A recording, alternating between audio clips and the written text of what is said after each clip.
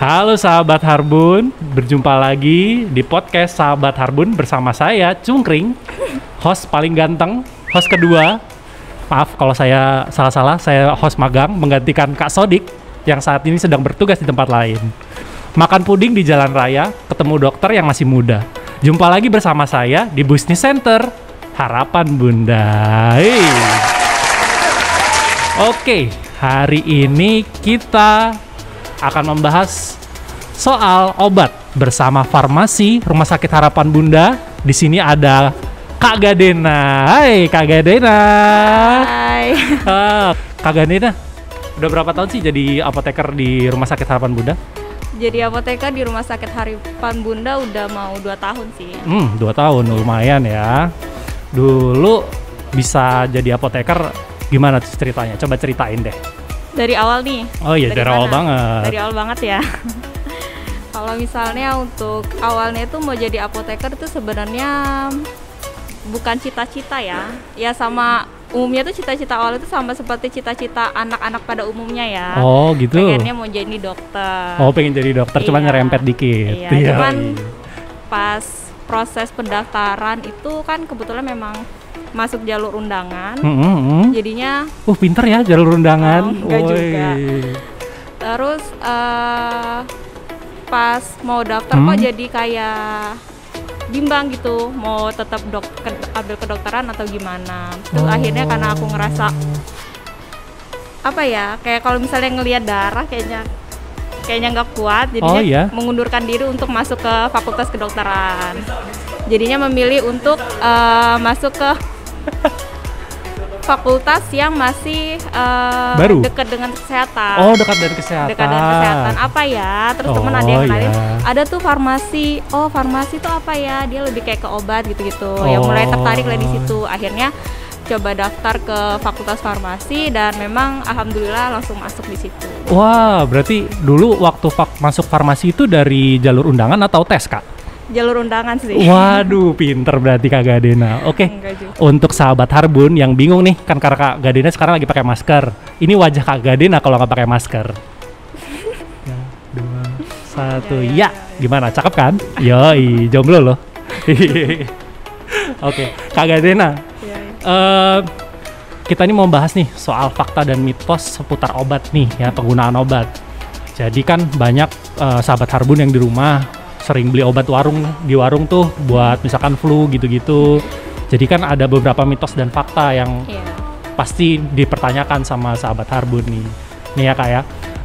Kalau misalkan nih Kak, saya sakit flu nih. Kan aturan pakainya itu sehari 3 kali. Jadi kan 1 tablet. Terus nanti kalau misalkan saya minum sekali 3 tablet gitu, bisa cepat sembuh nggak Kak? Kan itu lebih banyak tuh obat yang masuk ke dalam tubuh tuh ya. Jadi dengan meningkatkan dosis, menganggap bahwa mempercepat proses penyembuhan penyakitnya gitu kan. Iya. Kalau itu salah ya. Oh, itu salah gitu? Salah.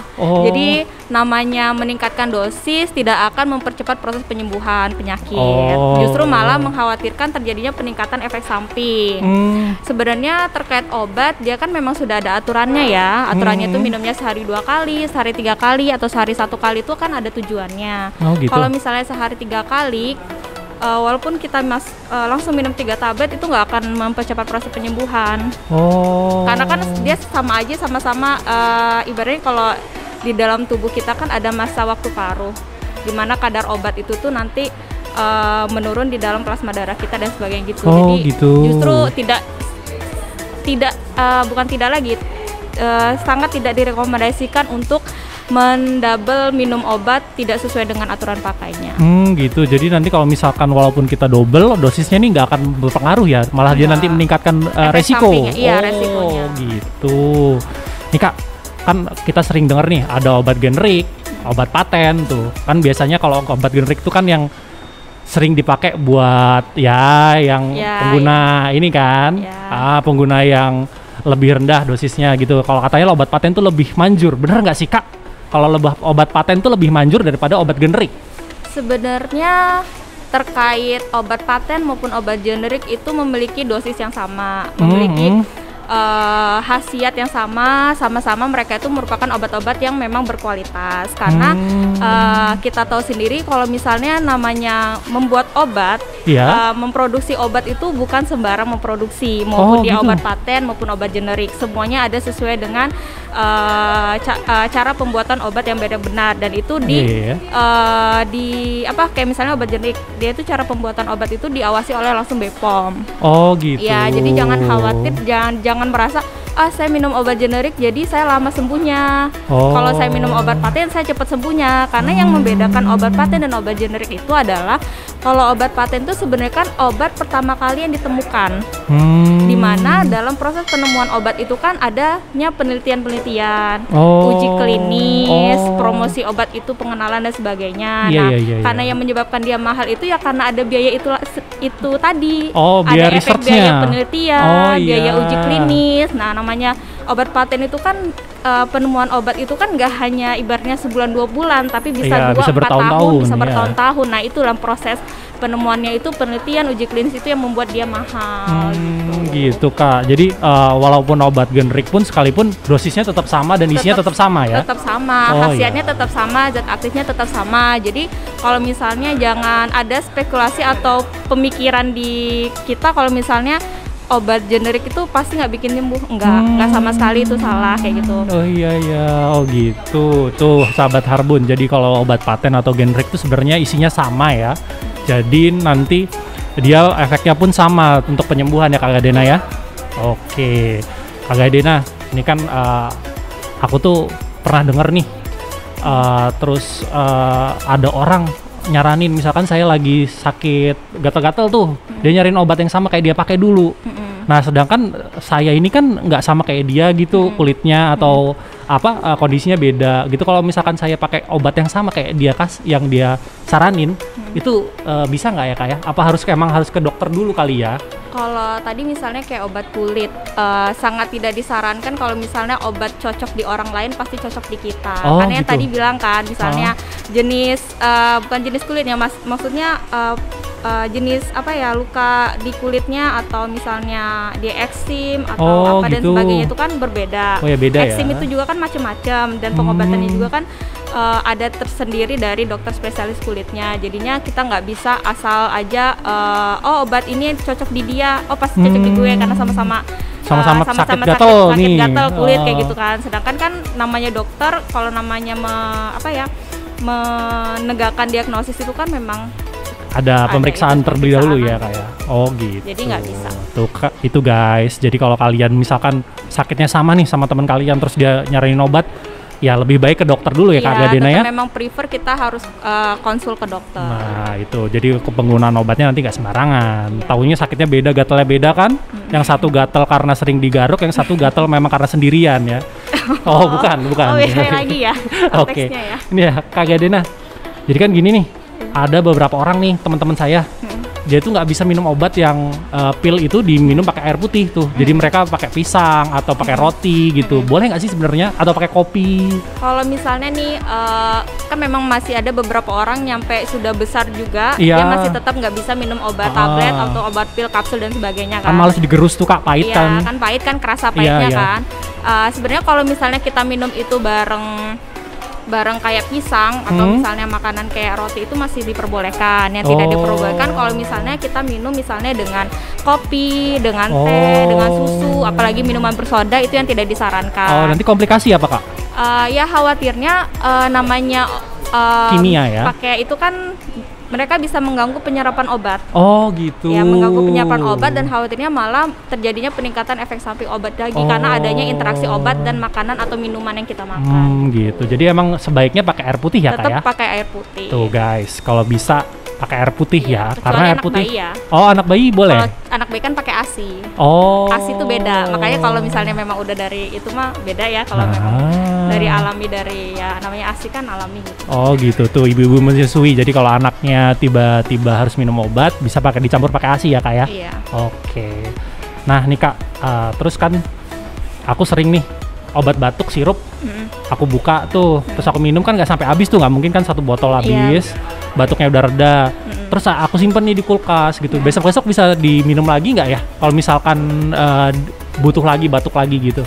Kalau misalnya untuk itu ya, jadi memang namanya kadaluarsa itu tanggal kadaluarsa ED maupun BUD itu beda ya. BUD itu kayak misalnya batas kadaluarsa obat setelah dibuka dari kemasan primernya. Oh, ada lagi beda. Ada lagi. Kan kalau misalnya expired date atau tanggal kadaluarsa itu kan batas kadaluarsa waktu penggunaan obat dari pabriknya. Oh, gitu, dari beda. Pabriknya. Kalau BUD itu kan dia batas kadaluarsa dari kemasan primernya itu dibuka. Contohnya kayak misalnya sirup. Nah, kalau misalnya sirup kita misalnya dibuka nih. Misalnya kita hanya menggunakannya selama 3 hari, berarti kan ada sisa.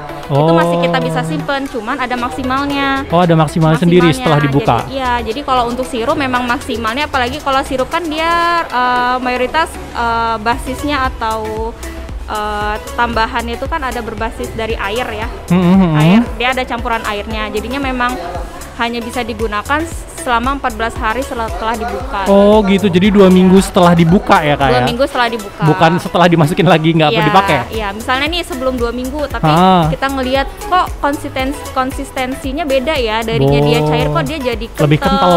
Terus kalau misalnya dari warnanya merah kok jadi mencoklat dan sebagainya kayak gitu, berarti itu tandanya udah rusak meskipun dia belum 14 hari. Jadi gitu. jangan dipakai juga. Jadi memang kita harus lebih aware lagi dengan obat yang kita minum. Pertama kali dia dibuka itu modelnya gimana, warnanya gimana, tekstur misalnya sirup tekstur airnya gimana, kalau tablet misalnya dia gimana. Nah, nyambung dari itu tuh Kak. Jadi kan aku pernah tuh nyimpan obat beli nih, belum pernah dibuka sama sekali. Jadi waktu mau make gitu, dia berubah nih warnanya, padahal masih segel nih, belum pernah dibuka sama sekali. Nah, itu boleh nggak? Itu sediaan apa contohnya? Waktu itu sih kalau nggak salah obat batuk cair juga, cuman beda obat lambung deh kalau nggak salah. Obat lambung, ya. Kalau misalnya itu bisa jadi dia rusak karena salah penyimpanan ya. Oh, jadi gitu. walaupun misalnya kita obat itu memang belum dibuka, tapi kita salah penyimpanan, apalagi penyimpanannya itu di suhu yang panas, suhunya tinggi kayak gitu, memang bisa merusak obat walaupun dia belum dibuka. Biasanya juga kadang-kadang ada tablet nih, misalnya kita simpen nih di dalam mobil itu kan panas ya. Panas kan, jadinya dia bisa ngerusak. Tiba-tiba misalnya kita buka tabletnya udah warnanya berubah, rapuh aja. Oh gitu, rapuh juga itu bisa nandain dia rusak ya Kak ya? Iya, atau lembek ya, kayak permen kalau misalkan taruh di mobil. Oh gitu. Pantes kalau di obat tuh ada tulisannya dilarang terkena cahaya matahari langsung ya Kak? Oh gitu. Nih Kak, kan beberapa waktu lalu kan kita pernah ada pandemi COVID nih Kak. Jadi soal vaksin nih ya, mantan penyintas COVID itu kan perlu nggak sih divaksin lagi? Karena kan Kak Argadena penggunaan vaksin berarti ngerti dong Kak? Vaksin. Penggunaan vaksinnya. Aturan pakai. Kalau sebenarnya gini, pada dasarnya ya. Sistem kekebalan tubuh kita itu misalnya nih, ketika kita misalnya terpapar bakteri atau kita terinfeksi oleh bakteri, virus maupun parasit, sebenarnya tubuh kita itu secara otomatis itu bisa mengenali si virus tersebut di dalam tubuh. Jadi ketika misalnya tubuh kita terpapar lagi dengan virus tersebut atau bakteri tersebut, mereka bisa langsung mengenalinya. Jadinya serangan kembali terinfeksi oleh bakteri itu tuh bisa nggak terjadi infeksi karena di tubuh kita udah terbentuk sistem kekebalan tubuh atau sistem jadi imunitas. Udah kenal gitulah ya, penjahatnya, wah lu penjahat nih gitu kan. Jadi iya benar kayak gitu. Gitu. Oh itu tuh ada orang asing nih masuk. Oh iya pas di tubuh di screening, oh ini yang kemarin nih, oh iya tindakannya ini kayak gitulah, bahasanya kayak gitu. Cuman hal ini sebenarnya kan juga berlaku sama pasien yang udah sembuh dari COVID kan, penyintas COVID-19. Cuman yang yang penyintas COVID itu masih kita itu belum tahu nih, karena masih diteliti kan, masih belum tahu nih seberapa lama si sistem kekebalan tubuh yang terbentuk itu pasien yang penyintas COVID itu bisa melindungi kita dari virus COVID-19-nya lagi. Kayak gitu kan. Jadi kemarin sih aku sempat baca ya dari ahli virologi kalau misalnya penyintas COVID itu sistem kekebalan tubuh yang terbentuk itu bisa melindungi tubuh sekitar 6-8 bulan. Oh, setelah terinfeksi dan sembuh ya, Kak? Iya, 6-8 bulan. Tapi ini masih tetap harus diteliti lagi sebenarnya. Makanya itu penyintas COVID itu memang masih diperlukan untuk vaksin lagi. Sebenarnya gitu. karena tujuannya apa? Kan dengan dia divaksin lagi kan berarti sistem kekebalan tubuh atau imunitasnya lebih kuat. Oh gitu, jadi Ya, lebih kebal ya, Kak ya? Iya, lebih kuat kan, lebih kebal. Dan untuk dia bakal kemungkinan terinfeksi kembali oleh virus COVID-19-nya itu jadi lebih kecil gitu. Makanya itu yang diperlukan untuk tetap vaksin lagi sih. Oh gitu, jadi tetap untuk pengaman tambahan ya, Kak ya? Iya, Karena kan, memastikan dia nanti kebal sama virus itu atau tidak ya kan dari pemerintah juga kan sudah menyarankan untuk penyintas COVID tetap mendapatkan vaksin lagi. Nah tuh guys, jadi kalau kamu udah pernah jadi penyintas COVID, perlu vaksin lagi karena untuk memastikan nih kamu lebih kebal gitu. Jadi nanti nggak ketular lagi kan. Terus nih Kak, ada pertanyaan nih. Kalau aku sendiri kan dulu aku tuh sering pakai obat paracetamol gitu-gitu kalau panas gitu, antibiotik kan Kak. Jadi kan kadang-kadang karena aku kerja di rumah sakit kan jadi sering ketemu dokter gitu, dokter umum. Jadi dia ngasih saran, udah paracetamol aja gitu kan. Tapi kan dia ngasih tahu nih harus sampai habis gitu-gitu. Nah kalau misalkan nih ada orang kayak aku, tapi dia nggak ada pengawasan dokter gitu kan, dia minum paracetamol nggak sampai habis, terus berulang-ulang gitu, ada efeknya nggak sih Kak? Katanya itu kan berbahaya gitu. Berbahaya kemana nih? Penggunaan antibiotik tadi yang nggak sampai habis, terus dia ngasal gitu. Oh, antibiotik ya? Antibiotik. Paracetamol kan anti nyeri. Ya anti nyeri, oke. Ya.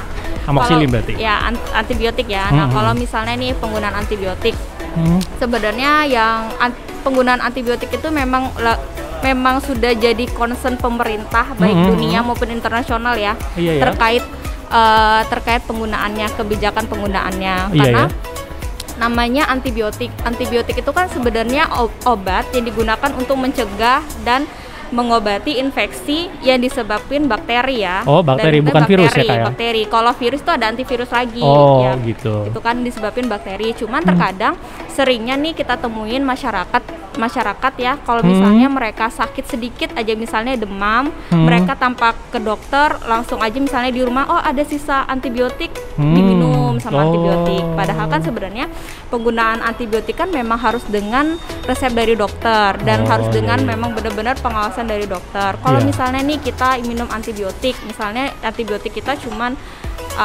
ada 10 kapsul misalnya kan, terus nggak kita habisin, nah itu tuh yang nggak boleh, karena kan sebenarnya penggunaan antibiotik itu tuh kenapa ada dosisnya diatur, jumlah berapa harinya diatur, itu ya tadi tujuannya itu, karena memang terapinya maksudnya selama itu, dan terapinya juga sesuai dengan indeks infeksi dari pasiennya sendiri. Oh gitu. Ya, jadi untuk pasien-pasien yang memang sudah mendapatkan antibiotik memang selalu kita beritahu untuk dihabiskan. Oh, jadi makanya bisa nanti dokter tuh bisa bilang 3 kali sehari, 2 kali sehari itu dari situ tadi Kak? Iya, 3 kali sehari atau 2 kali sehari, misalnya pengobatan terapinya hanya sampai 5 hari atau 7 hari. Cuman kan terkadang kita tuh sakitnya misalnya kita ngerasa setelah hari ketiga kita minum obat, kita ngerasa sudah baikan dong.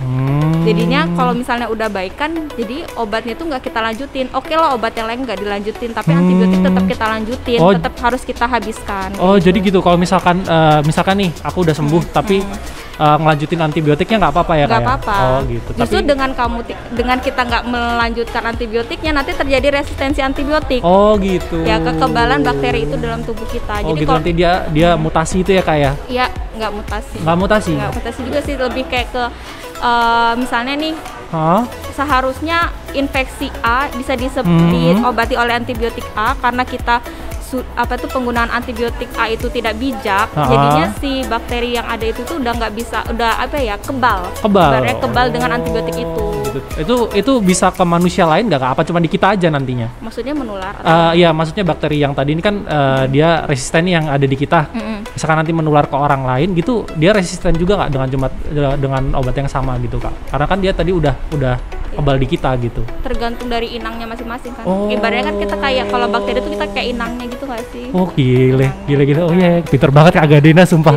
Jadi kalau misalnya itu, makanya memang apa ya, memang harus strict banget terkait antibiotik ini. Soalnya aku juga kadang-kadang kalau misalnya ada pasien datang, Mbak mau beli antibiotik untuk apa kayak gitu, misalnya untuk sakit gigi gitu kan, sakit gigi, padahal dokter spesialis dokter gigi pun untuk penggunaan antibiotik itu sangat bijak kan. Dokter nggak akan langsung meresepkan antibiotik ke pasien walaupun misalnya pasiennya itu nyeri dan sebagainya. Pasti dokter juga menilai perlu nggak sih antibiotik, perlu nggak gitu. Atau nggak perlu antibiotik, cukup pereda nyerinya saja kayak gitu. Tuh sahabat Harbun, jadi kita tuh harus menggunakan obat tuh secara smart ya, kayak kakak Gadena tadi.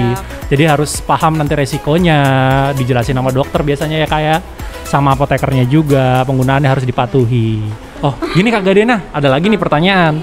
Jadi kan ada beberapa orang yang minumnya obatnya itu sampai berbulan-bulan nih Kak.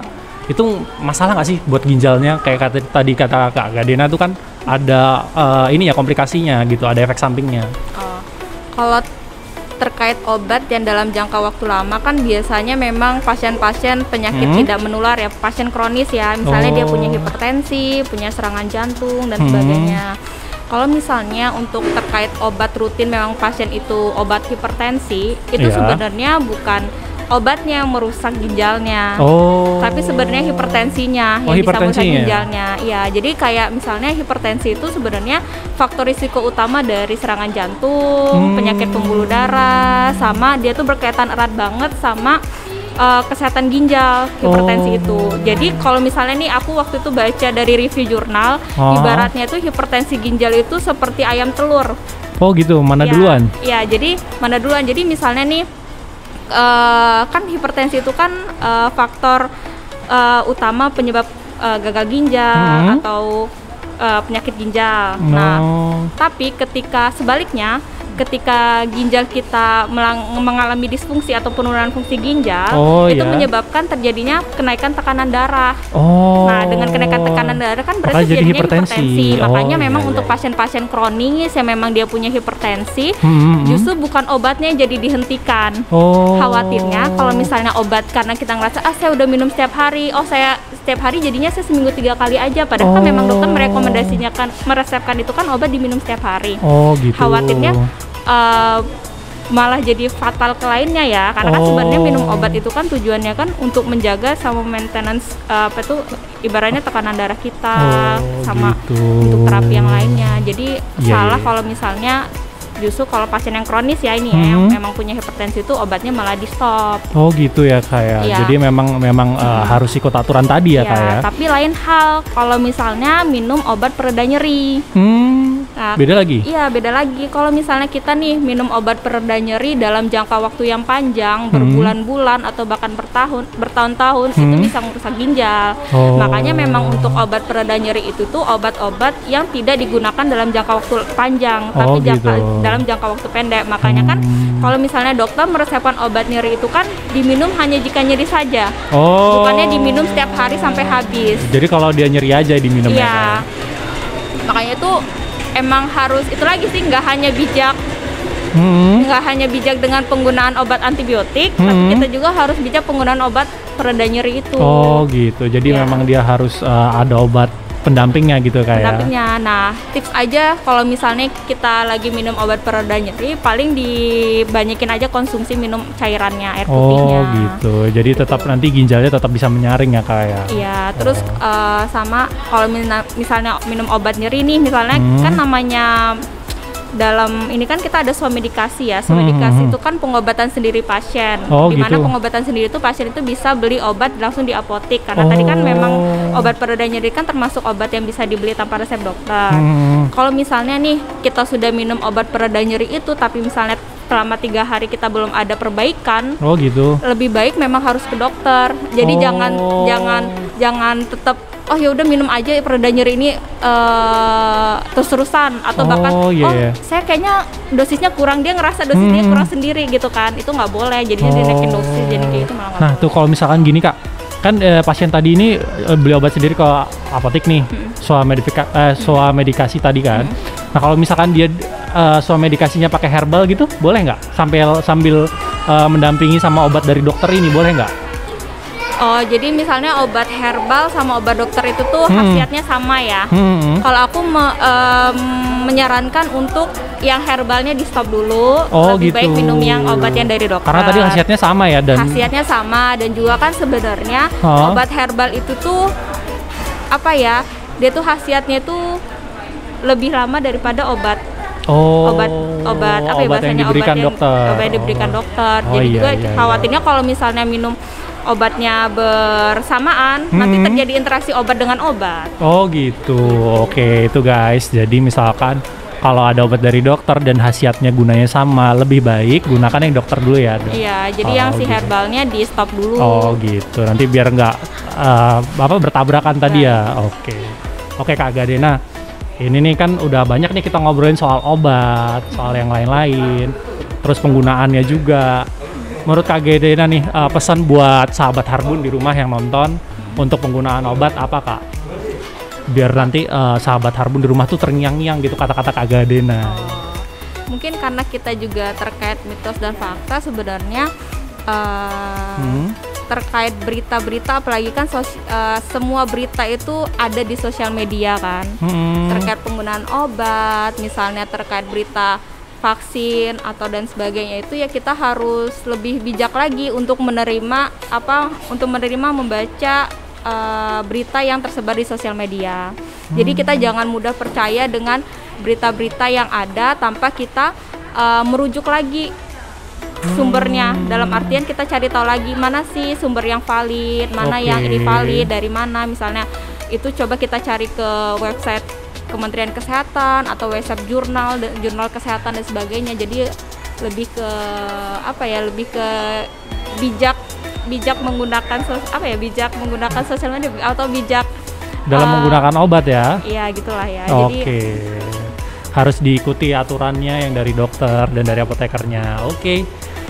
Oke, sahabat Harbun, mungkin nanti bisa dilihat podcast ini ulang di YouTube Harapan Bunda ya.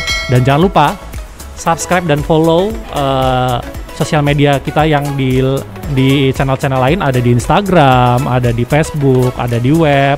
Bertemu teman ngajak kompromi dari pagi sampai maghrib. Terima kasih sudah nonton kami. Jangan lupa like dan subscribe. Dadah.